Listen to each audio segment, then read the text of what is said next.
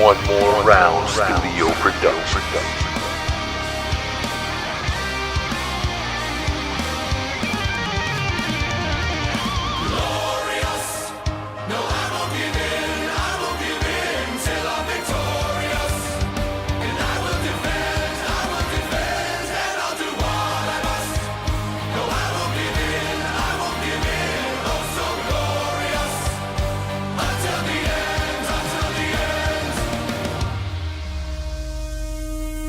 May I take your order, sir? Well, I'll have the creme de Caen, Okay. duck strips, Yeah. and the Bud Light. May what you want, sir? I have a black molly crushed up in some vodka with a splash of boons. BBN, baby. Thanks, bro. Merci. So, you getting drunk, huh? Well, winning the rose. Say what? Please, go ahead. Does the Fouchonniers do? It's an old wives' tale. Sure. But that's stupid. Galliano. Smell it in. Ça c'est beau, Mr. Amadi. Mayweather. I love this town. I ain't lying. It's the bestest town on this side of the bayou. Discovered by the Shermans in 1905. They named it Galliano, which of course in Cajun means stale jambalaya. No, man, that don't make sense. I apologize. I almost got you. Whoa. I don't know what the hell that means. Man, I don't think anybody knows what that means anymore. My papa said the translation was lost in Hurricane Andrew years ago. Doesn't it mean Galliano? No. No. That's what they say. Well, come see, come saw.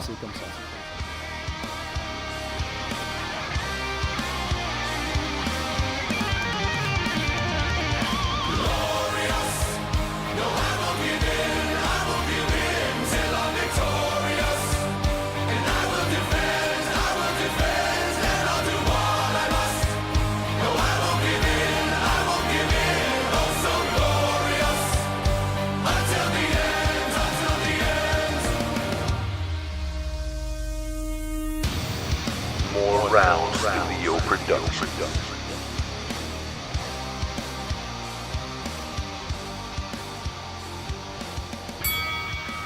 And good evening. We are live here from the One More Round Studios. Casey Gisclair with Damien St. Pierre. Oh man, we've got a busy show for you tonight. We've got a lot to talk to you about. We've got some LSU talk coming up here in the first segment, but after that, we're going to talk some New Orleans Saints. They're looking okay so far in preseason. We're going to give our thoughts about that. Big NBA trade. Kyrie Irving is going to the Boston Celtics. Isaiah Thomas going to the Cleveland Cavaliers. We'll discuss who we think won that trade, and maybe there's a possible changing of the guard in Eastern Conference. We've broken down this fight really since we've had the studio, but now it's finally here. The Mayweather-McGregor fight is this weekend out in Las Vegas. We're going to give our final thoughts on the fight. We're going to also have a little bit of fun. Las Vegas has everything in the world that you would want to bet on this fight. They're allowing you to do so. We're going to have a little fun with that, as well as recapping SummerSlam. I thought it was a pretty good show. Maybe talk a little fantasy football as well, as it's about draft time for most leagues. I know I was in a league that drafted yesterday. Damien's got a league that drafts over the weekend. So, excuse me, everybody's really thinking about that right now. But LSU football is just getting ready to get rolling, man. They are officially preparing for BYU. They have ended their fall camp, and now they're shifting towards preseason camp. The Tigers are opening next weekend against the BYU team over in Texas. Coach Orgeron made some big news yesterday when he announced that Danny Etling, the fifth-year senior, is going to be LSU's starting quarterback. Not a big surprise. I guess everybody sort of expected Etling to be the guy. But then Miles Brennan showed up, and he looked really good in camp, and then it became kind of a two-horse race. Coach O said that Brennan is going to be the backup. He's going to be ready to go if anything happens to Etling. I guess your thoughts, partner, as the quarterback race is officially over. Miles Brennan is going to be the backup. Danny Etling will be the starter. I've been an Etling guy since, I guess, since training camp or whatever, fall practice, whatever started, and it just seems like that the ground that is being made up tremendously by the second string quarterback. My mind, why did my mind not Miles Brennan? Jesus Christ, man, it's been too long. We've been out of practice for a week. It just seems like that gap is closing very, very, very quickly. Some of the stuff that Coach O talked about, gave the stats in the last what he calls preseason games, that he's getting a lot of snaps, and kind of the depth chart was kind of set, I guess, through that. He didn't really say it in so many words that day, but shortly after he did announce it. Lowell Narcisse sticking with that third position, that third quarterback spot, and the other guy that was in the running, I guess, for playing time. Well, I guess they have McMillan as well, but also Lindsey Scott, who transferred. That's kind of old news, but transferred to East Mississippi Community College. So I'm happy that Etling's got the starting job. He deserves it. He's a senior. He's a leader. He has some experience, but I think Miles Brennan is very much on his tail. Here's, I guess, my thought is if Ed Orgeron were in the position of, say, a Nick Saban or an Urban Meyer, where he has won a bunch of championships and has rings on his fingers and have different things that he could go back on, I think that this would be something that would be easier to go to the freshman. Coach Orgeron failed at Ole Miss. Let's be honest, he did. And now he's got an opportunity to make it right. Starting the fifth-year senior is a much safer move, because if a season is going to fail at LSU, it's going to fail because your quarterback play is going to be terrible. And for LSU, I think it's far more likely that the quarterback play would be terrible with an 18-year-old rather than a proven guy who, quite frankly, look, D, we saw Etling play last year.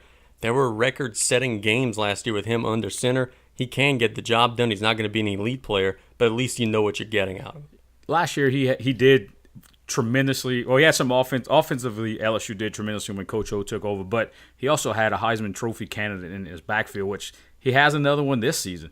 He's got a lot of weapons, and pretty much like we've been saying the past couple of weeks, he just can't mess it up.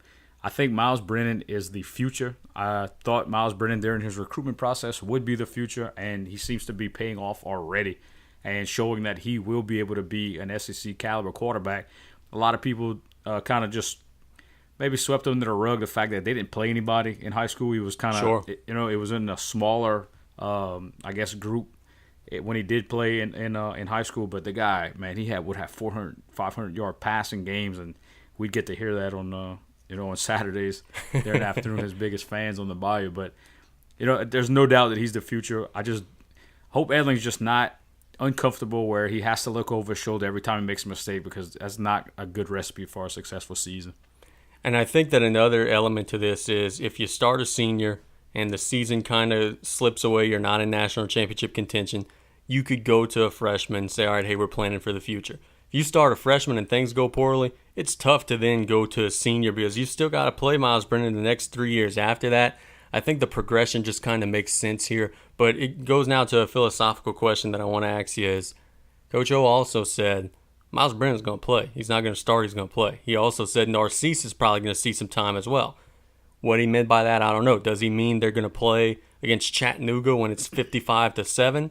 Or does he mean in the middle of the second quarter against BYU, if it's a one-score game, he's going to throw Miles Brennan in for a series? I don't know. But are you okay with the possibility of these freshmen playing and getting possible starter reps? No, because just what I just said, you lead into Danny Etling having to look over his shoulder constantly.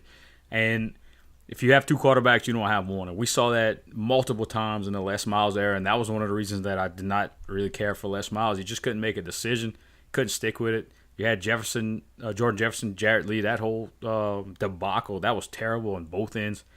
You're just setting yourself up for listen, there's not a ton of Coach O fans outside of Lafourche Parish. A lot of guys are just waiting for him to fail. And I think doing that and not having your confidence in your starting quarterback, just having him look over his shoulder, it's not a good recipe for success. Are you getting excited, man? We're getting really close. We're going to the final stretch. If this is a horse race, we're in the last stretch before the season. LSU is a 13-point favorite against BYU. The over-under is something like 50. I got to tell you, I was talking about this with my dad a couple of days ago. I can't wait to see that first play of the game when, look, in years past, first play of the game, they're going up the middle to Fournette or, Ali Broussard or whatever running back they had at the time. I can't wait to see 1st and 10, LSU ball at the 25, shotgun 4 receivers. Let's spread this thing out. Listen, with all the hype that Matt Canada has, this might be like a double reverse pass to start the season. I'm anxious. I haven't been this excited at the beginning of an LSU football season in quite some time. I think they have the right man in charge. I think they have the right coordinators, and I think they have a ton of talent on the field to be very successful. We mentioned this. We talked about this a little bit just in passing. Do you think that BYU play in that first game is going to have that much of an effect on LSU's opening game? I guess it sort of depends, right? Because, I mean, okay, I could bounce this back off of you as well. Okay, BYU's going to play. So that means they're going to get all the first game jitters out that LSU's not going to. But at the same time, LSU now will have a game of film on them that BYU doesn't have. So, I guess you could even flip it back again and say, well, BYU's playing a cream puff and they're not going to show anything. And, they may even do some deception things to trick LSU into seeing some things that aren't actually there. So for me, with a younger team, I kind of would rather have the game. But at the same breath, if I had a more veteran team, I would like to have the game of experience, or the game on tape rather, so I could show my guys, hey, this is what they do, this is how they do it. What are your thoughts as a coach? Would you rather have the first game jitters gone, or would you rather go into a game knowing exactly what your opponent's doing? It could go both ways. Just like you said, for the first time in a long time, I could say this with some confidence. I trust my LSU football coaches that if they have a game, they have a game of film on a team that they could pick apart the offense and the defense to set themselves up for the right, to be in the right, to have their players to be in the right spot.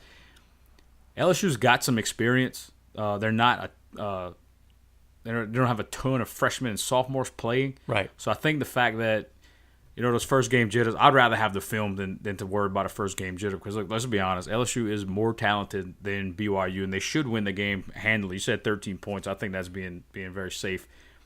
So I would take the film and besides the pregame jitters. I think they'll be fine. That's athletes that have been performing at the highest level in high school and college for quite some time. I think they'll be perfectly fine. Well, this could be a big test because the whole thing behind hiring Coach Orgeron was we're going to surround them with the best coaches in the country.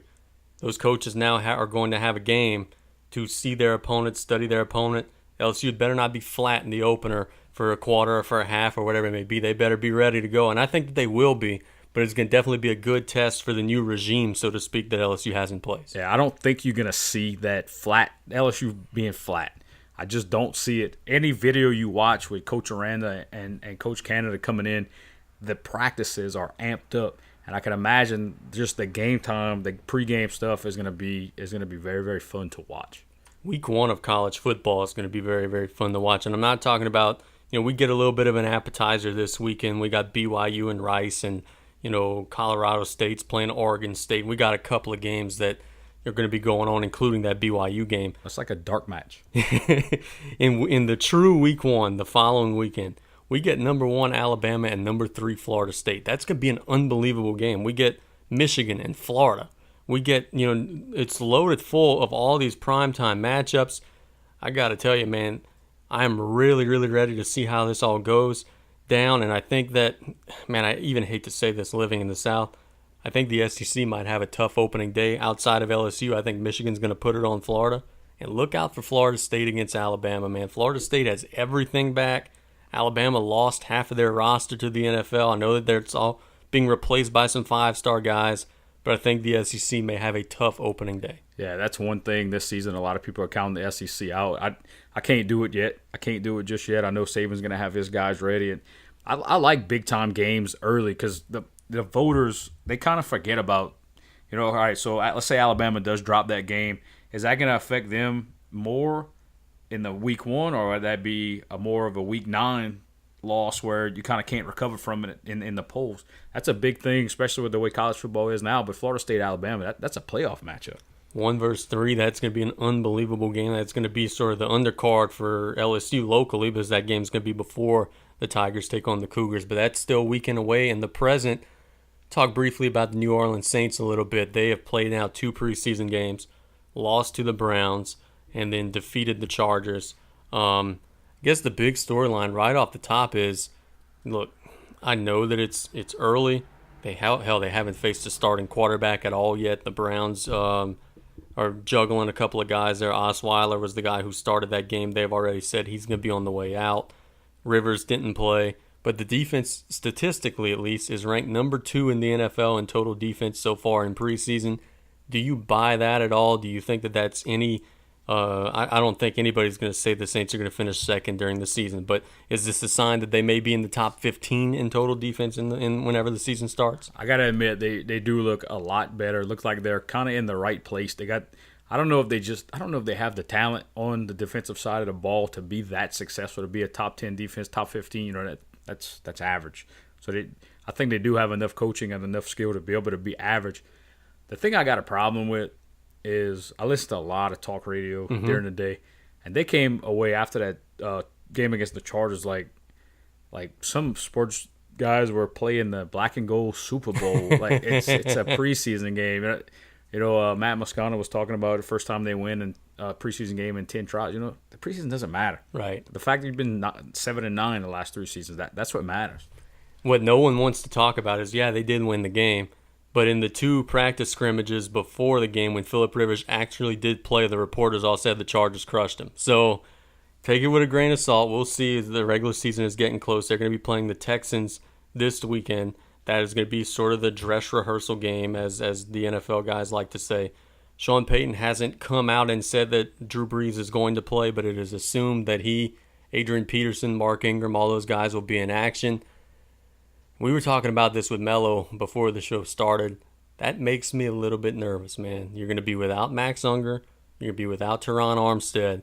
And you're going to be putting your almost 40-year-old quarterback out there against J.J. Watt, Jadeveon Clowney, and all those great linebackers the Texans have. We're going to see in that game whether or not the Saints offense is ready, because they're going to be facing one beastly defense in the Texans. Yeah, like you said, this is the game. This is the only preseason game that I'll put any stock into. Especially if Breeze and Adrian Peterson play. But being that beat up on the offensive line, you got a very good point. I don't know if Breeze could get out the way anymore. I know he used to have he had a tremendous ability to step up in the pocket and deliver that ball. He's a step slower now, stepping up in that pocket. And let me tell you, that Texans defense with J.J. Watt is not a step slower. Those dudes will come after and make your life for 4 quarters live in hell. Yeah, the Texans are going to be an interesting team to watch, as will the Saints, of course. Now, another big storyline in addition to the defense is Alvin Kamara, okay? Now, the Saints drafted this guy, and I didn't buy the hype at first. I saw him playing college. I thought he was okay, but I didn't think he was going to be a game changer. So far, through 2 preseason games, he's looked the part. And what I mean by that is he's had some long runs, made some plays out of the backfield, and then the thing that I look for a lot with these young running backs is he's blocked pretty well, too. He's picked up the blitz protections. He's done pretty good job. Here's the problem. You got Ingram. You got Peterson. He is behind a loaded depth chart. Is this guy going to be a fantasy football sleeper, a guy that's going to get some minutes, or is he going to kind of just get lost in the shuffle? The backfield's too crowded. My notes just on him is, can he return kicks? Can he return punts? Is he a return guy? In college, he did. I mean, that would kind of be where he would make the team. And 2 or 3 carries a game. Mark Ingram, if he's tired, whatever. Adrian Peterson, not the most durable guy in the world. If those guys do, I think they need to keep him. He's been doing very well in the limited spots that we've seen him. He's got a bunch of long runs. He's got some speed. He's got some power. They keep him. You got to find a way to put him on the field. And Sean Payton, I'll give him this. He's an offensive guy. He's an offensive genius. I'll give him some props. Dude knows what he's doing. Doesn't use the running back position like I would like it to be done, but he's got to find a way to put him on the field. You got to find a way to get the ball in the playmaker's hands. Just throwing this out there, if you've been at practice now for a month or however long they've been out there at training camp, and if you really believe that Adrian Peterson is 100% and is capable of holding up for the 2 years that he has on his deal in New Orleans, and someone calls in need of a running back and says, yo, give me Mark Ingram, would you be willing to entertain that, knowing that you got the young man who has next? Yeah, I mean, I think anybody on that roster is tradable. Especially, I haven't seen Adrian Peterson yet. I haven't watched practice, but they know what he looks like. Yeah, that all depends on what he looks like. You wouldn't want to trade your number 1 back if you're So I'm going over last year. Mark Ingram being the number one back, but obviously AP would be the number one back going into the season. You don't want to trade. I would.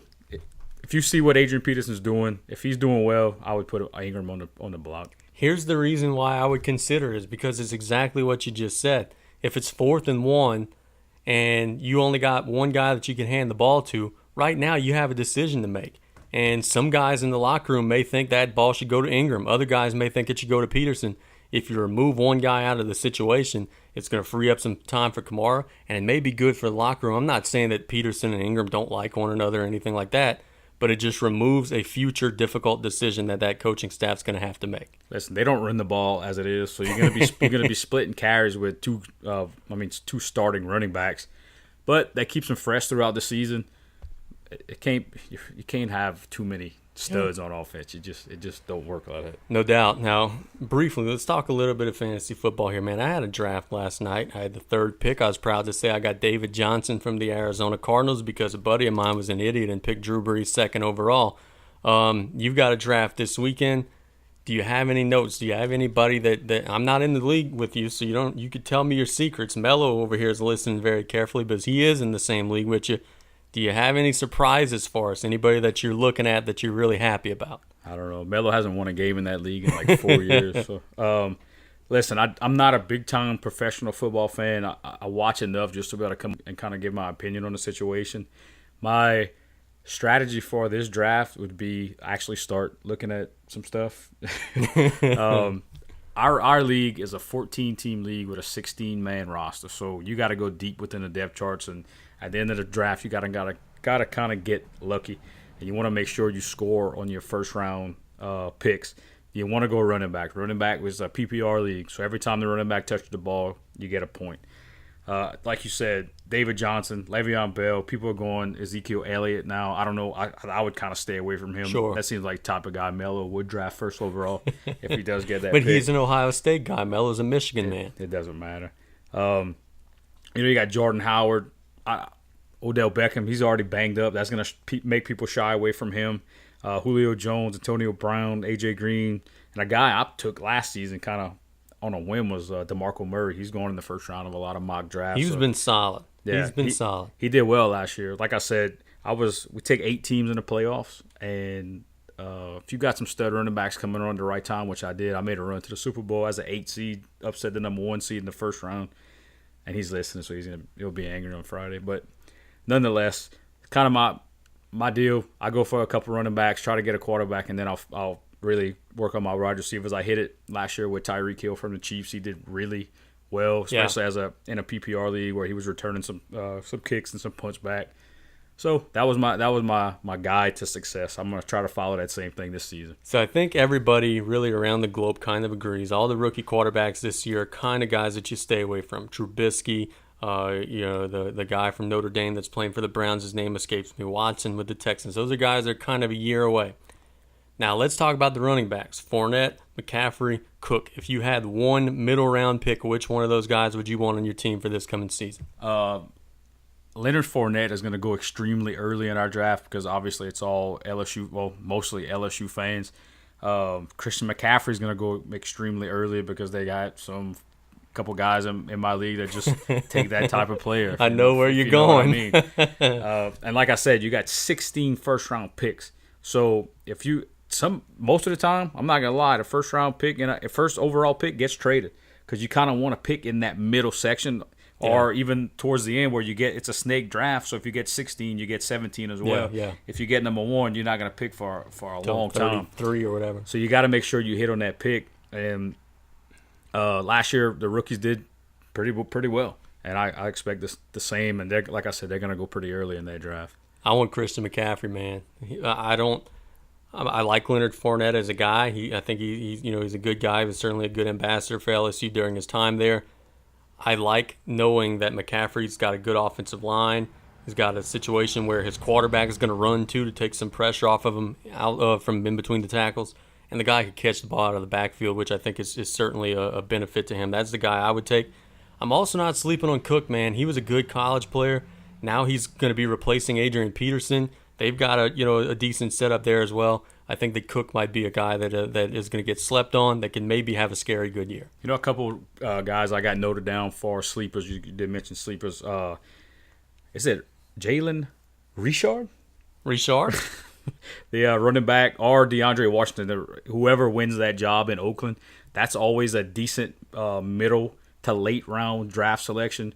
The Raiders, you know, with Derek Carr coming into his own, they're going to try to run the ball a little bit more this year.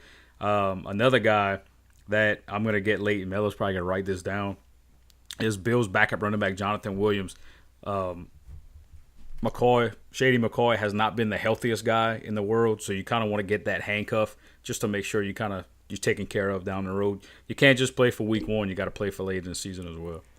And last note, I'm going to give everybody a guy now before our next commercial break. Scary good player, scary good fantasy player. He produces. He's on a team that loses. They're not going to have a winning record again this year. Carlos Hyde will quietly get you about 1,300 yards rushing, about 6 or 7 touchdowns.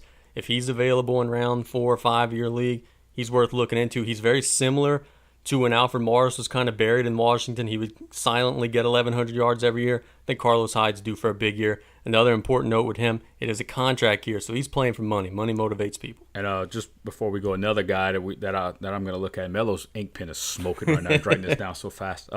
Another team that's probably not going to be that successful is the Jaguars. You got Marquise Lee. They're going to throw the ball a ton because they're going to be down late in games, and that's something you look for in a wide receiver. A team that's maybe not going to be very good, they're just going to get a ton of yards.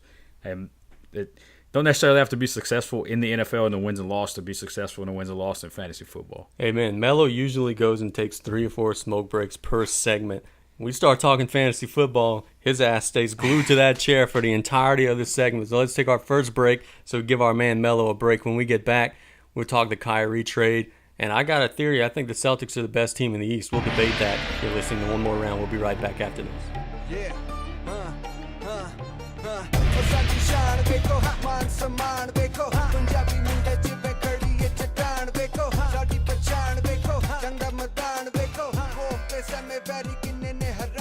If you're in the market for a screen-printed vinyl t-shirt, sports apparel, embroidery, or much more, please visit Down the Bayou Design Studio and Clothing Company in Golden Meadow. They have all your clothing needs. Go visit Nick and all the guys out there. They're going to do a wonderful job. Again, that's Down the Bayou Design Studio and Clothing Company out in Golden Meadow. They're open 5 days a week from 10 a.m. to 5 p.m. Again, that's Down the Bayou Design Studio and Clothing Company. Give them a ring, 985-475-7700.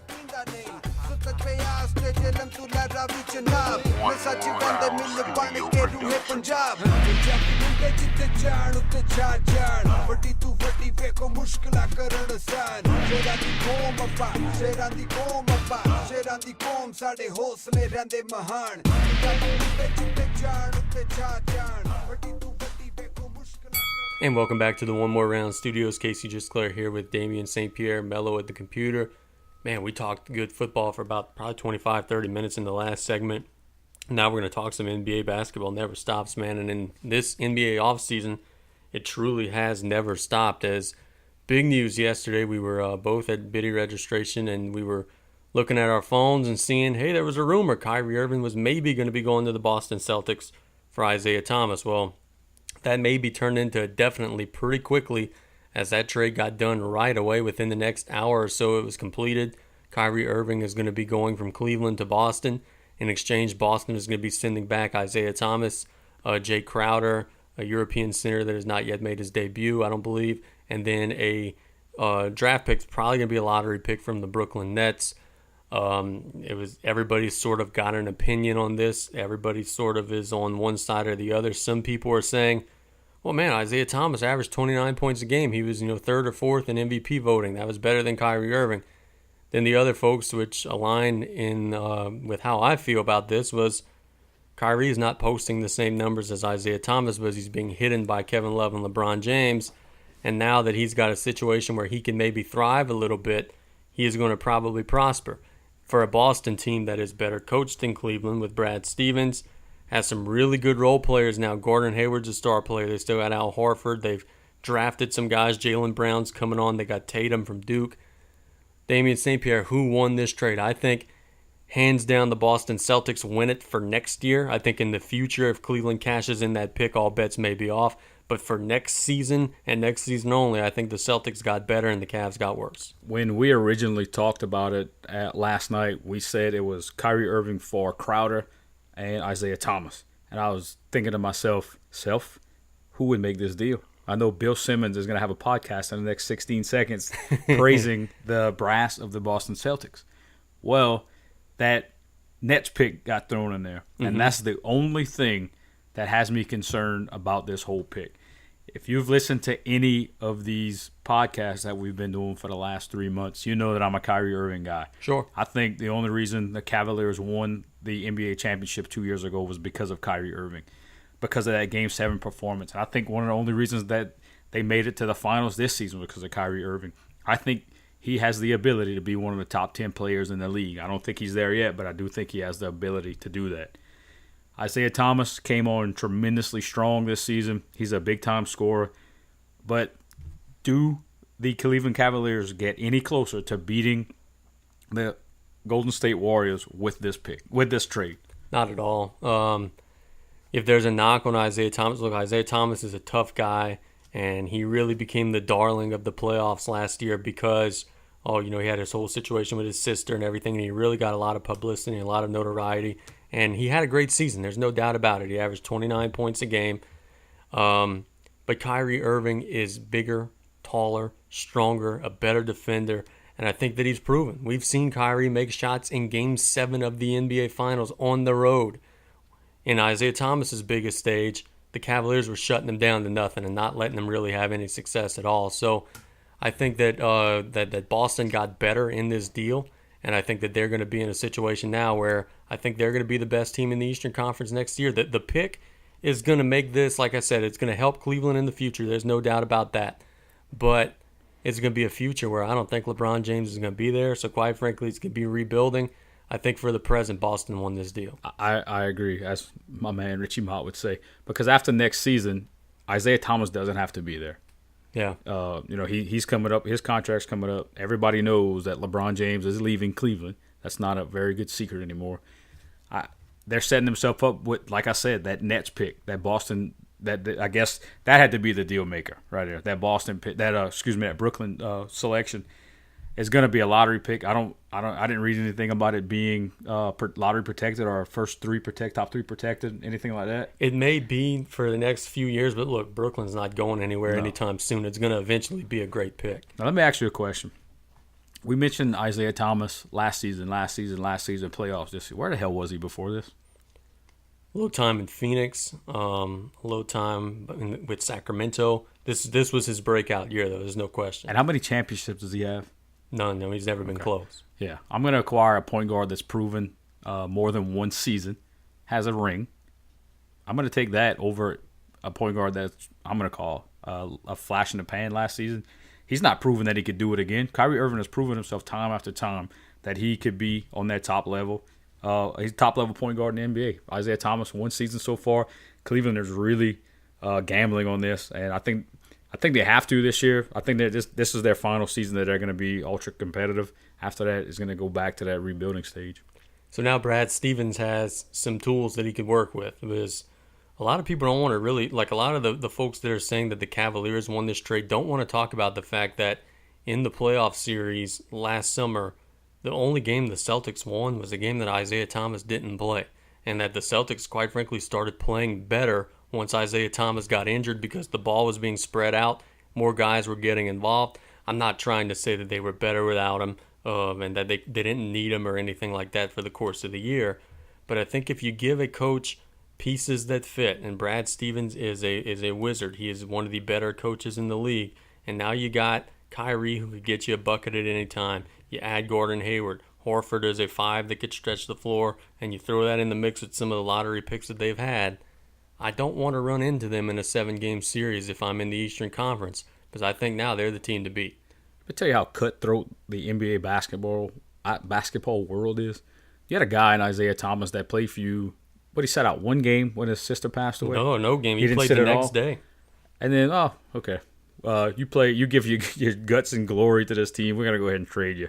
That's some cutthroat stuff right there. But I guess the market was right for Cleveland. Another thing about this trade, before I even get into that, how do you trade to a big time conference rival? I listened to, again, a lot of sports radio, and Bill Simmons, who's the biggest Celtics homer in the entire world, had a whole podcast. It was the 8 best trades that involving Kyrie Irving, where he could go and whatnot. And one of the things was Boston, because obviously he wanted him there. And the stuff he brought was kind of, he did mention the Brooklyn pick and whatnot. And that guy's going to go insane. The Celtics are made of, they're going to be a winning ball club. They won last year. They got better through the draft, through free agents. They're going to be tough to beat. I just don't understand how you trade to one of your biggest conference rivals, one of your best players. It is strange that those two teams would choose to do business with one another, especially given where they are in the hierarchy. Look, Boston's not done with the draft picks either. They still have a Lakers pick in their arsenal that they could cash in. They may have another top 5 pick in the following draft. So I'm curious to see how they piece their roster together. But, we talk about, okay, why would these teams come together? Why would they be the ones to make a trade? I think it's because Cleveland has 2 masters to serve. They want to win this year, but they also want to protect themselves for the future. And what better way to protect yourself for the future than to, if LeBron James says, all right, adios amigo, I'm gone, you then now have the ability to just not re-sign Isaiah Thomas, have a lottery pick built in, and just start over with a clean salary cap. It's almost like what the Bulls would have liked to have done once Michael retired, but didn't have the opportunity to do. I think they're trying to make sure that the pavement at the end of the road is not quite as bumpy as it may otherwise have been. Yeah, and they are doing a good job, just surrounding LeBron. They got this 1 year left. I guess that's where they're gonna put a lot of their chips in, and after that, they got to start from scratch. But you are in the Eastern Conference, where pretty much teams are scratch. Yeah. So I guess it can't really be that bad. Now, playing devil's advocate here, I was having a conversation with my buddy at the office. We were, having lunch and, talking about this whole trade and this whole situation. If you're LeBron James, man, okay, you got probably, another 2-3 years left where you're the guy. A lot of folks could argue that Kevin Durant may have already caught him, but I think LeBron may still be the top guy. If you are looking for another home and you're looking for a place to go for the future, and that lottery pick becomes the number 1 overall pick, wouldn't you then re-sign with Cleveland? Look, the only way Cleveland could get better, they don't have any salary cap money. The only way they could get better is through the draft. Now they've got a joker in there that they can maybe get a dynamite player in the draft. I think this, in a strange way, may end up helping them keep LeBron James. I really think LeBron is going to end his career in kind of a like these big time bands going like these reunion tours or like a last tour or whatever. I think he's going to do that. I really think he's going to go. Everybody's saying he's going to LA. Wherever he goes, LA, New York, whatever. It's going to be a big market team. No matter what the Cavs do, I think he's going. Let me ask you a question. Think so? That. Yeah.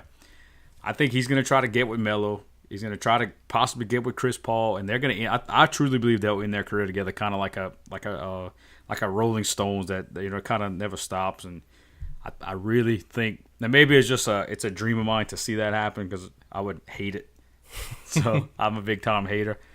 I think that's how he's going to end his career. I just do not see. No matter what happens, I don't see him in Cleveland. Well, one NBA team currently in the association is going to have 2 of those 3 guys that you mentioned next season. So, LeBron, you're more than welcome to come on down to Houston, Texas next year, but that's another argument for another day. A lot of NBA fans locally were wondering why didn't the Pelicans get involved in this whole situation, and it brings up an interesting point, which is if you were the Cleveland Cavaliers now and you get the sense that LeBron James is needing a little bit of coaxing to try to stay. And I saw this on a message board. If the Cavaliers offered the Pelicans Isaiah Thomas, Kevin Love, that Nets pick, and then another first-round pick in the future, would you give up Anthony Davis for that package? I saw the same thing. No, I wouldn't. AD's a once-in-a-lifetime player. Look, besides AD, who have the Pelicans landed on for a draft pick? So you're pretty much looking at them first round picks like nothing. All right, so that's nothing to trade AD for 2 players like that. at +2 draft picks, I just don't see it happen. AD's a once-in-a-lifetime player. You got to hold on to him as long as you can. I agree with that. And we'll talk a little bit of college basketball before we end this segment. I saw a headline. It was actually right before I was driving here. We followed the case of Mitchell Robinson quite a bit here on this show. He was, Western Kentucky signee, backed out of that. He's not going to play for Western Kentucky, got his release. He then came up with a list of finalists, Kansas, LSU, UNO. He made a bunch of visits. LSU sort of dropped out. Then it was between Kansas and UNO. Now the headline is saying Mitchell Robinson is not expected to play college basketball next season, which leads me to believe he's going to probably sign either in the D-League or, Puerto Rico or Spain or somewhere where he can make a little money. First off, I guess it makes sense now as to why LSU didn't pursue him as heavily as we thought that they may, because I don't think this guy ever was serious about playing college basketball anyway. There's something fishy going on about the whole Mitchell Robinson situation. The fact that Will Wade is doing what he's doing in recruiting, and he left Baton Rouge without a commitment, went to Kansas, left Kansas without a commitment, and then kind of started for a little while, and then ended up at UNO. Look, I'm not saying anything bad about the UNO program because Lord knows we love them. But if you come in there, something happened at those two other schools, or maybe not something happened. Maybe they found out something on that visit that they didn't offer, or a deal couldn't be made that you had to come to UNO. There's something going on. He's listening to either the wrong person, or the wrong person did something in his career or in his, just in his general area. It's weird, man. And I posted that on our Twitter. There's something going on in that whole program with him. And everything I'm reading now, and just like you said, he's not going to be anywhere near a college basketball court this year. I don't know, just go play overseas, get you a year, because he's going to be an NBA guy. I don't know if he's going to stick in there, but he's going to be – one team will take a chance on him. He's an athletic 7-foot guy. Those guys don't get passed up on. If I were counseling him, I would just tell him to take the year off, stay in shape, because the only thing that could happen, you go play overseas, you make some money, but what happens if you struggle over there? Then your draft stock falls. If you just stand pat, you're going to be a lottery pick. He was projected to be, in the top 10 of the NBA draft for the next year. Yeah, it'd be nice to go make $100,000 or whatever it may be playing overseas for a year, but you could really damage yourself if you go over there and you don't play well and you show that you're not ready. I would just take the year off, get in shape, get bigger, stronger, do everything you need to do. I don't know if I'd want to take a whole season off, but why not sign, even though you can't play? I wonder if that has something to do with Stansbury from Western Kentucky not giving him his full release. Nobody's mentioned that, but I don't know if that's in the realm of things. But why not? If you want to sit out a year, why not walk on to a Kansas or to an LSU and get a practice all season with some top flight athletes, some top flight coaching? You won't get paid, but you're not going to get paid either sitting out. If you have that possibility financially to be able to do that, you're still going to get scouts. Scouts are going to come watch you no matter what, overseas or in Baton Rouge or in Kansas or wherever. Get that practice in. There's a coach somewhere that's going to give him a shot, at least to go to school there. Locally, some big news. Nicholls State University got a commitment from A.J. Rainey, H.L. Bourgeois guard. He's got another season of eligibility. He is now going to be joining Coach Riley out there in Thibodaux. I think that's a pretty good move. And then also baseball-wise, Connor Brunet and Austin Cantrell, South Terrebonne and South Lafourche baseball players, they committed to Nicholls State University as well. Colonels have had a big week, get 3 big local commitments. I think that's great for their athletic department. Yeah, both coaches, Seth Thibodeau, baseball, is doing a good job. And keeping those local guys here, Austin and Connor, that's two year-round baseball players. We're lucky enough to have Austin on our basketball squad this year. He's doing tremendous.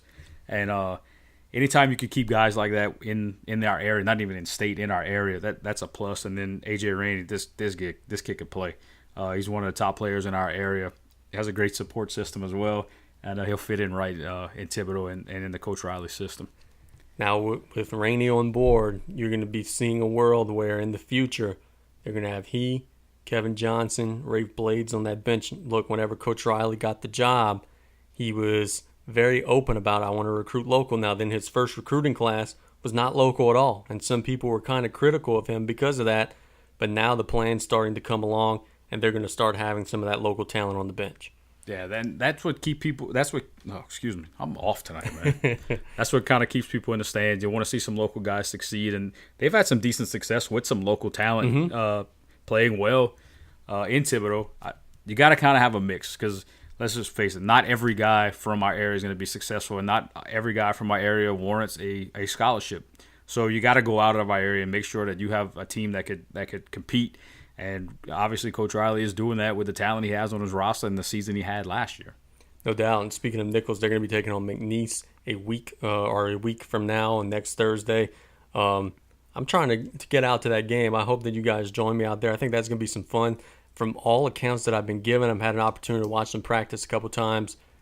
I don't know how they look in comparison to the other Southland teams, but I know how they look in comparison to how they looked in years past. This is the best Nichols football team we've had in a while locally. I think they're going to be primed for a good year. Casey, you and I were talking about the quarterback spot, and you mentioned Forcade obviously is the stud guy there, but you mentioned a backup quarterback. You want to elaborate on that a little bit? Toscani Figueroa, man, he was a 2 or 3 year starter. He's now a 5th or maybe even a 6th year guy. He was a guy who redshirted, got injured last year, whatever. Completely different ball player than Forcade. Forcade's a pocket passer. Toscani's I think 2-time 1,000-yard rusher. Those two guys are pushing one another, and they're going to probably both play. They're going to have some packages for Toscani out there. But that's a guy to look out for because, look, I thought he was graduated. He was a senior last year. He didn't see the field. They were very quiet about the fact that he was injured. He applied for a medical red shirt, got it. So now he's got his 6th season. Look out. He's going to see some time on that field, and he's dangerous. He's a 2-time 1,000-yard rusher at the quarterback position. It's another element that Coach Rebo is going to be able to utilize in that offense. I'm definitely interested in going see as many Nichols games as possible. I know we always try to get out there. Our schedule sometimes on the weekend limits us, but it's going to be an exciting year in Thibodaux. And look, I know a lot of people that have been in college for 6 years. I was not one of them, but I know quite a few of them who had that 6th year of eligibility, so to speak. As long as you're willing to pay the tuition, they're going to keep you around. Let's take our next break. When we get back, the big fight is this weekend. Mayweather McGregor is finally going to be happening, and then we'll also wrap up that segment talking some SummerSlam. We're going to have a little bit of fun out in Vegas as well. We've got some interesting betting props that will keep you in tune with. You're listening to One More Round. We'll be right back after this.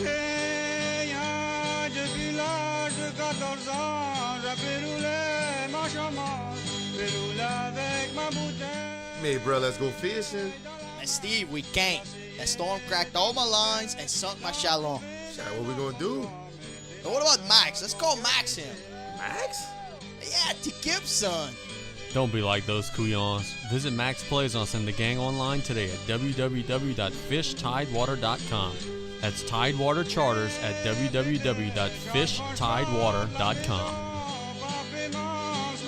One more round. Studio production.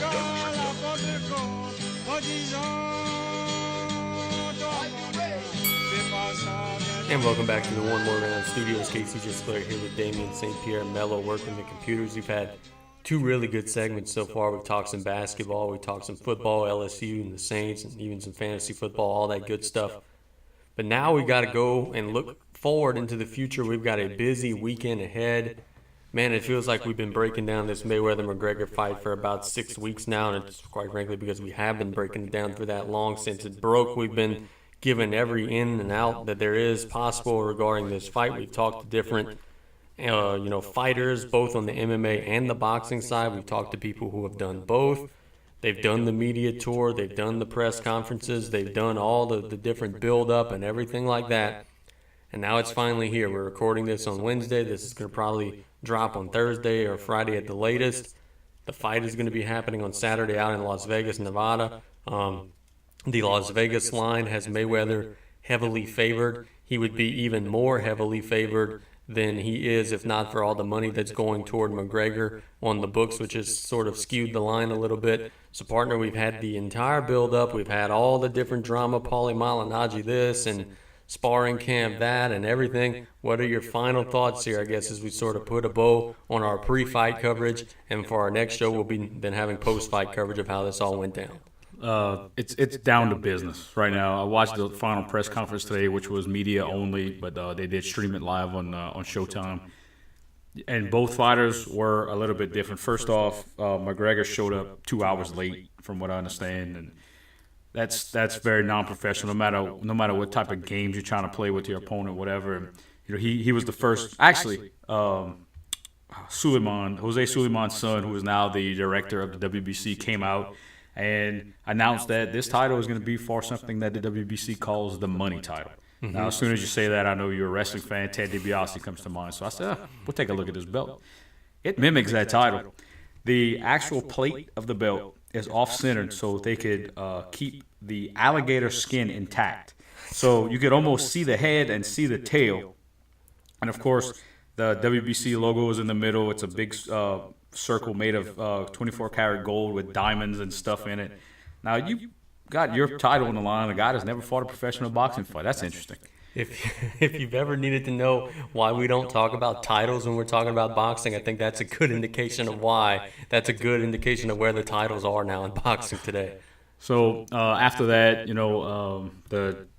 their athletic director for the Nevada State Athletic Commission came in and he talked. A few guys that have been part of the promotion. You could tell everybody's kind of got that sigh of relief feeling because all their big time work's done.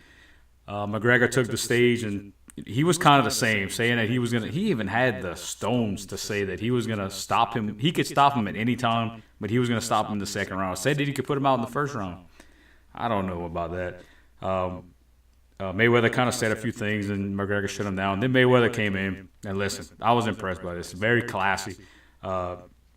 Pretty much thanked everybody that's worked with him as sparring partners, and then even went and thanked Conor McGregor for the promotion and assured him that he had a great camp, and he knew he was going to be ready for a fight because he's a professional, an athlete. So basically, all the hard work is done for these guys. The sparring's done. The training's pretty much done. You kind of want to see if you want to wait. Something that did kind of catch my eye as a former boxing guy. McGregor, 0 water in front of him, not taking any drinks or anything of any sort.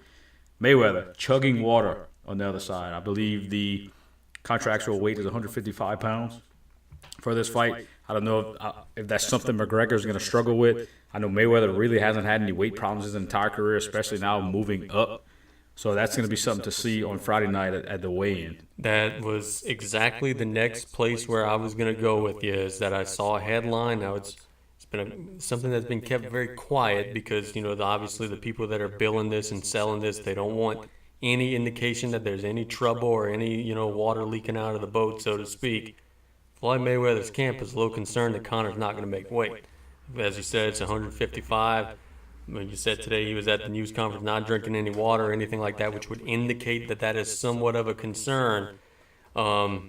First things first, I guess, is if he does not make weight, are we still talking about a fight happening Saturday? And then second, and this is more of a technical thing, but you've done some promoting. I know that he's going to lose a substantial amount of his purse if he does not make weight. Where does that money then go? Does it go to Mayweather? Does it go to the promoter? What happens in that situation should he come in overweight? That's going to be tremendously interesting.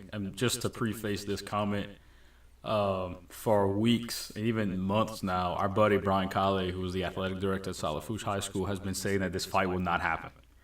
And even last weekend, joining him at his house, saying this fight's not happening. So I don't know if he knows something that we don't, but that's a possibility. Mayweather could just flat out say, I'm not fighting this guy, and he's not obligated to fight him contractually because McGregor would have broken the contract at that point. Do I think that's going to happen? Absolutely not. I think Mayweather will – I believe you're going to have 2 hours to make the weight. So if you come in, let's say 8 ounces overweight, you're going to have 2 hours to go kind of dry out, which fighters normally go sit in the sauna or get in the sweat bag and go run a little bit or jump rope, whatever. If you don't make that, then it comes down to money. Mayweather's going to hold him up for a tremendous amount of money because McGregor pretty much would – lose all credibility at that point if the fight didn't happen because you're going to come in and, your first boxing match and you can't make the weight. That's going to be interesting.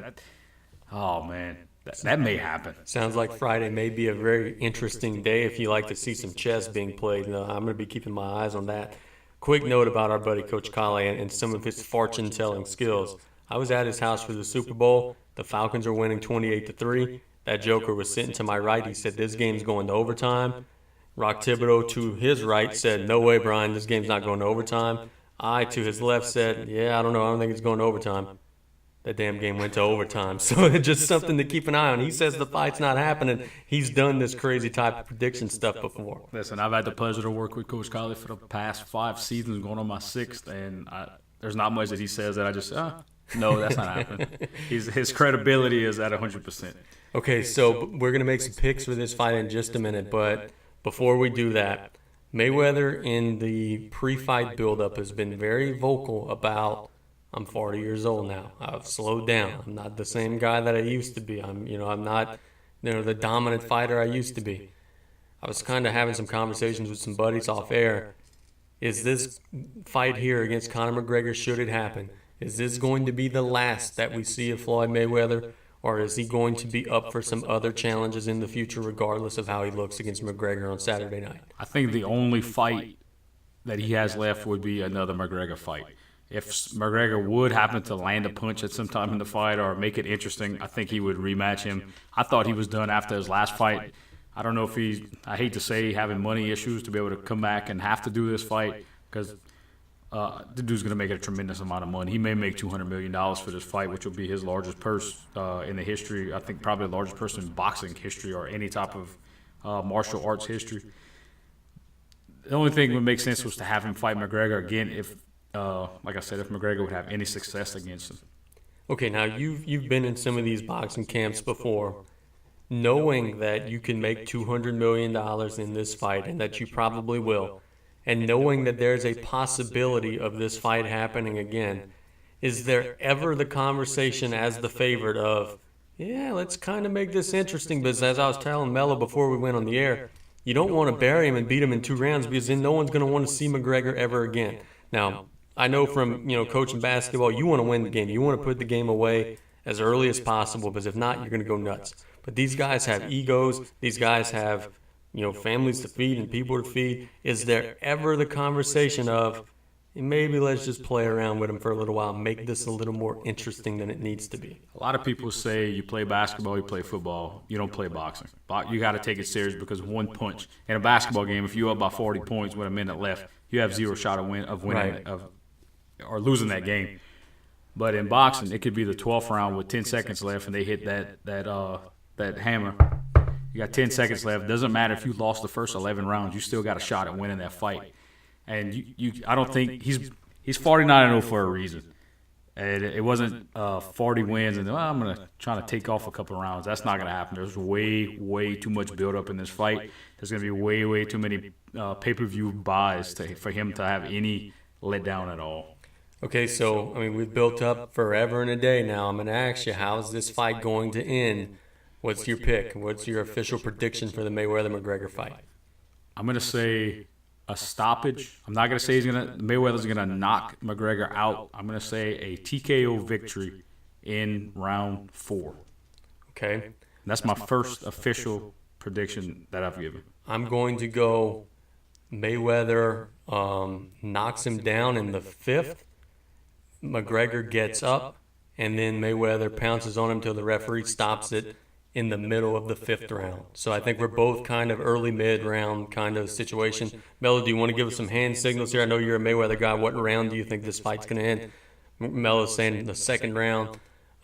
Hell, we've got a nice Facebook contest. We're giving away some stuff here. If you want to go one more round, Studios on Facebook, our Twitter at @1_more round. Damien, tell them about some of the prizes that you could win. So we decided to we're trying to up our followers here on our social media, get our listens up, and we have some access to some pretty good swag. For your prediction in the Floyd Mayweather Conor McGregor bout, all you got to do is comment on any of our social media posts. If we get over 100 predictions in the fight, for the fight, you're going to win a signed boxing glove by former world champion and Olympic gold medalist Kennedy the King McKinney. That's some pretty good stuff right there. And look, that's not a unattainable goal because we got a good bit of followers. So just go ahead and comment. That's all you got to do to enter. It doesn't take anything else. An Olympic gold medalist and a world champion. All you've got to do is drop a line saying, "Hey, Mayweather in 6 or McGregor in 2 or whatever it may be." So that's easy enough. That's on our social media. We got that going on now. We're going to talk some Las Vegas here because Vegas is having a ton of fun regarding this fight. But quickly, I want to talk some wrestling and then also some MMA as a whole. what the hell's going on with Bones Jones, man? The reports are that he failed a drug test after beating Cormier. This is now going to be his second failed test. He was suspended a year once. Now he's going to be facing maybe 2 years and maybe even beyond. He's getting close to that being banned territory now. There were the big rumors of, oh man, he's going to have this super fight with Brock Lesnar. They're both serving drug suspensions now in UFC world. That is pretty much on hold now. I guess what are your thoughts? I mean, it's, we joke about it. We make fun of UFC and all that. That's all well and good. But this guy's a great talent, and it really is a shame to see him flushing his talent down the drain. I just don't understand the usage of the banned substances, because you're getting you're going to get tested after the fight and in the preceding days to the fight, and you're going to get caught, man. Just go fair. He's a world class MMA guy. Just beat guys. Don't cheat. Can we not cheat? And he's not really been threatened. So I don't know why the insecurity of him feeling like he needs this to get that extra edge. It's just arrogant to me. I mean, like you said, you're going to have to pee in the cup at the end of the fight or take the blood test or whatever it may be. Why even take that risk? He's costing himself 7 figures, 8 figures, and even beyond in his future earnings. He had set himself up tremendously for a fight with Lesnar. That's what everybody wants to see. Once that was on the table, he got his name out there a little bit more. Look, I'm not a UFC guy. To tell you the truth, I'm not a Bone. I couldn't pick him out of a Bones Jones out of a lineup. But I know Brock Lesnar, and I know that he's had some success in the cage. I know Bones Jones is a champion, and I'd pay to see it or at least stream it somewhere. Shifting to the sport that is a little bit more lenient in their drug testing, let's talk about SummerSlam now. Look, we are very pessimistic about a couple of things on this show. Us? The Saints football being one, the Pelicans being another thing, WWE being a third thing.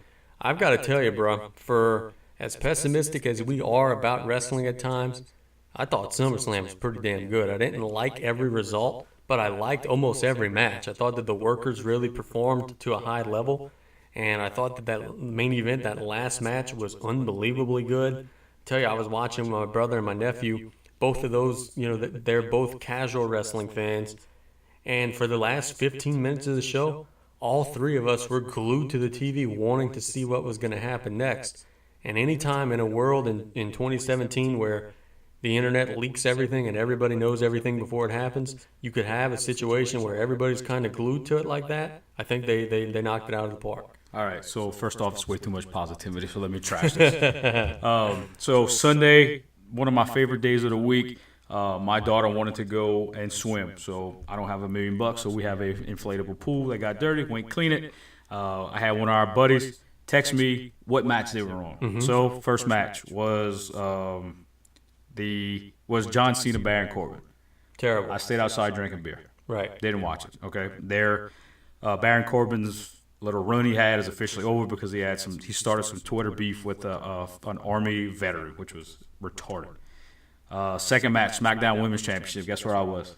Still at the pool. Another beer. All right. Third match, Big Cass, Big Show. Guess where I was? Still at the pool. Still at the pool. I actually kind of like that match. So I did come in at the end. I got to see Enzo slick himself up and get through, which that did nothing for me.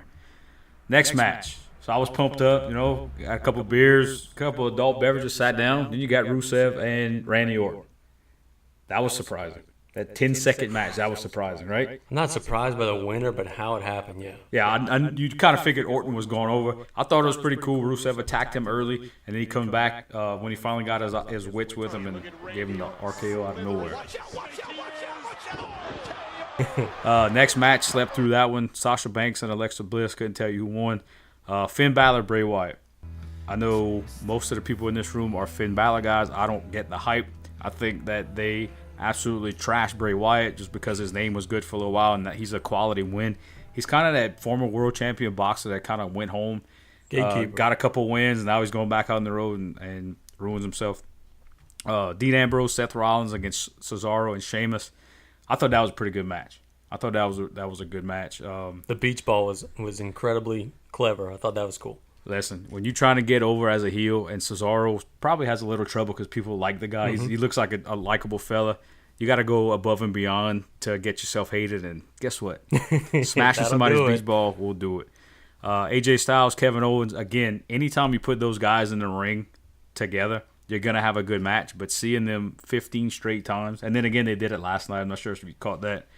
But apparently that's over. I'm glad it's over. Styles needs to be in that world championship talk.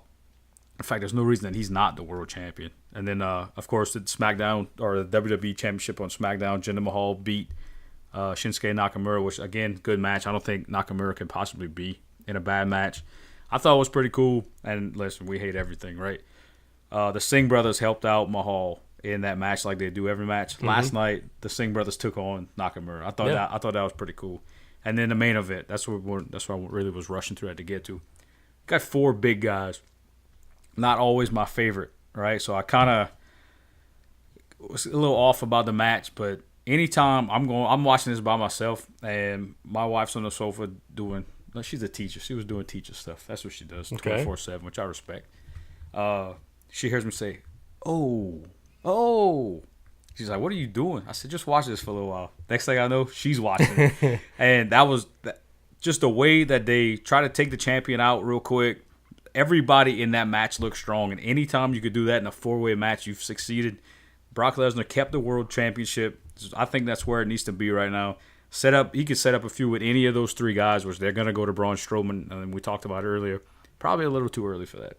I'm not ready for that. I think that there are other guys on the roster he could comb through to kind of kill some time before WrestleMania. But how about that? I'm looking at your phone here. They got the card. That was a 20-minute and 45-second match. And I think what I was most impressed about, look, I'm a Lesnar fan. I'm one of the few. A lot of guys are kind of tired of him. He actually worked. It was not just, I'm going to German suplex everybody in the ring 8 times. He took bumps. He went through 2 tables. He had a table thrown on top of him. He actually got in there and he worked. And I think that helped sell the match. It wasn't just, I'm going to manhandle everybody. And even whenever he was on the stretcher and came in the ring, did a takedown, got on, did some other offensive moves other than the German suplex. That was good to see. Yeah, and he made Braun Strowman look like an animal. And that's kind of what you want to do as a champion. You want to keep your title, but you also want to make your opponent look worthy, and he did a fantastic job of doing that. Are they going to put the belt on Strowman at the next pay-per-view? It depends what Brock's doing in UFC. Everybody thought he was losing it on Sunday night because of his dealings with the UFC. Maybe Vince knew. Maybe Vince sold Bone Jones that banned substance, and that might have been, he knew that Lesnar was going nowhere. If I'm Vince McMahon and I know that Bones Jones is looking at a 24-month suspension from UFC, I'm signing him and I'm having that feud on my TV. Why wait? Why? I mean, it's hot right now. It's topical right now. Why allow it to sort of die out? Why not do it on your air? Yeah, I guess depending on how long the suspension is going to be, he's got to learn the game a little bit before he could just kind of be thrusted in there. I think they're kind of done with that. I know you used to have actors and different athletes come in. You don't see that. Maybe once in the past 3 years they did that with one of the guys that was in a superhero movie that probably paid a ton of money to get him a card. So SmackDown did make some changes. Shelton Benjamin, Bobby Roode. I think that it's desperately needed for a SmackDown show that, quite frankly, had fizzled immensely since the Superstar shakeup. So I think those are 2 really good additions, and it's going to help level the playing field a little bit. I'll be honest. I don't watch SmackDown very often, but those 2 additions give me a little bit more reason to start watching it. Yeah, SmackDown last night was pretty good. I'm usually not a big SmackDown fan, but I'll fast forward through it. Last night, having Bobby Roode in there, and the thing that's so great about NXT is it gives them a platform to get noticed before. So you don't automatically have to come in and work your way up. Like a guy like Bobby Roode, you just come in and kind of be on that main event level just to start. And Shelton Benjamin, another guy that's known before. I think putting him with Chad Gable is going to be, they'll do a good job in that, especially in that tag team scene on SmackDown. That's very, very much needed because people are tired of watching the New Day take on the Usos weekly. So let's do this. We're going to stop the wrestling talk for now, and we're going to go out to Vegas. We promised you some Mayweather McGregor props, and now we've got some for you. These are fun. You could get these on any any sports book. So I'm going to lead off right here. Will Conor McGregor win any round against Floyd Mayweather on Saturday?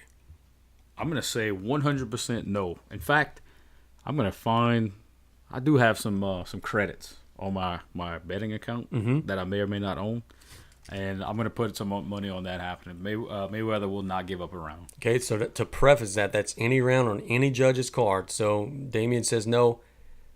I think he's going to get a 10-9 somewhere from someone. Boxing judges are terrible. Write it down. We disagree. Yeah, we disagree there. Before the fight, will the two guys touch gloves? Yes, 100%. I mean, they've been disrespectful to one another, but lately they've sort of come together. I think they're going to touch gloves. Is that any time in the? I think it's in the pre-fight introductions. Pre-fight, no way. Okay. Nope. We're going to disagree with all these. We're going to come back and fight each other. Okay. Who's going to have more people in their pre-fight walkout entourage, Mayweather or McGregor? I don't think McGregor knows enough people to beat Mayweather in there. Mayweather, hands down. I agree there. Mayweather's going to win the pre-fight. Who's going to have the longer entrance walkout? Mayweather usually has a damn concert before coming out, so I think that he's the heavy favorite there. I think McGregor's going to do a good job of trying to mimic what Floyd does, but again, Floyd gets that with W. Okay. Is Floyd Mayweather going to be wearing the Money Team hat while walking down now? That's sort of been his trademark in his last few fights. I don't understand why you would have that prop, but does somebody know something? I don't know. Vegas knows everything. Of course he's wearing it. He's been wearing it the last few times, so for that reason, I'm going to say no just to disagree, I guess. Well, when he fought De La Hoya, he came out in a sombrero. What do Irish men wear? Do they have like some funny hat? Not that I'm aware. I think it would be a hat that Mott would wear. So you know what? I'm backtracking on that. He's gonna wear an Irish guy hat, whatever that is. Leprechaun. Whatever hat. That is, he may come out in a leprechaun outfit. He may wear that big long top hat with a pipe in his mouth. I would love to see it. Now here's one you could get some pretty hefty odds on this. Will Nate Diaz be with Floyd Mayweather during the walkout? Diaz is a heavy underdog. He's not expected to be a part of the entourage, but will he? Listen, if I was Mayweather, I would have Diaz. I would have everybody that ever beat McGregor in my camp, but no, he will not be there. This is not on the betting list, but I'll just throw it out there for myself. Will Paulie Malignaggi be with Floyd Mayweather in the walkout? Paulie is coattailing every single person he possibly could, so there's better odds Paulie over Diaz. Okay. Now let me pull up my phone here I'll give you some time, Casey. What do you think? You think Diaz is going to be with Mayweather? No chance. I don't think he wants to be associated with any of those MMA guys. I think that Saturday night is going to be a night strictly trying to flex boxing's muscles here. Donald Trump over or under 6.5 tweets on fight night. So I'm counting right here today. Just out of for example, today he has tweeted 5 times. So today it would be under. These Vegas people know. They know everything. If you're waiting on me here, see, I don't follow Trump on Twitter. I'm not a big political guy. I'm more of a negative sports guy. I'm gonna say under, and I'm gonna say he has 0 tweets about the actual fight. Oh, he's not going to tweet about the fight. But I do think he's going to reach the over. There's a lot going on in the world right now. I think that it's going to be over. Now, interesting follow, D, if you want to see. My goodness gracious, that is a very big truck passing. If you haven't been to the One More Round Studios, we actually have our studio in the middle grounds of the Indy 500. If you want to follow some good, not Donald Trump stuff, at Real Sports Trump, it's some sports tweets impersonating Donald Trump. That's a good follow. And listen, if you want to follow a Twitter that has negative thoughts on everything possible, please follow ONE_MOREROUND on Twitter. No NASCAR sounds when reading those tweets, I promise. Will someone throw in the towel, either camp, during this fight, Mayweather or McGregor? No. So there's not going to be any towel thrown in. That we agree there. I think it's going to be a referee stoppage, and then you said it's going to be a TKO. Here's one that I've been scouring over and debating ever since I saw it. Will Conor McGregor land over or under 13.5% of his punches on Saturday? Where'd you read? You found that online, or that's a Caseyism? No, that's on there. That's on the book that I play. Wow, that's tough. I'm gonna go. I'm a McGregor hater. I'm going under. Here's the thing. Mello and I were talking about this. Oh, y'all ganging up. McGregor likes to do this thing in clinches where he does this a lot. If that all counts as punches landed, it may go over. I don't think he's going to land substantial shots, but I'm going to go over. Like he hits the guy in the head, or he hits the guy. I mean, we are on radio here. He hits the guy in the shoulder, patting him on the shoulder, kind of thing. As a guy that's maybe scored fights, does that count on CompuBox as a landed punch? Okay, so HBO has a graphic where they show the front of a boxer and kind of like a video game, the damage that it has. They don't show the shoulder, the back of the shoulder. So now my answer is going to depend on whether or not that crap is actually counting. Let's go no, because there's a more of a chance that it's not. But I'm going under. Yeah, I'm going under. So yeah, man. So I guess what we're getting at is you don't have to just bet on who you think's going to win. If you want to just drink some beer and have fun and throw some money around, there's a ton of stuff that you could bet on. But, man, this is so fascinating to me. I actually wrote a story about this today on our website.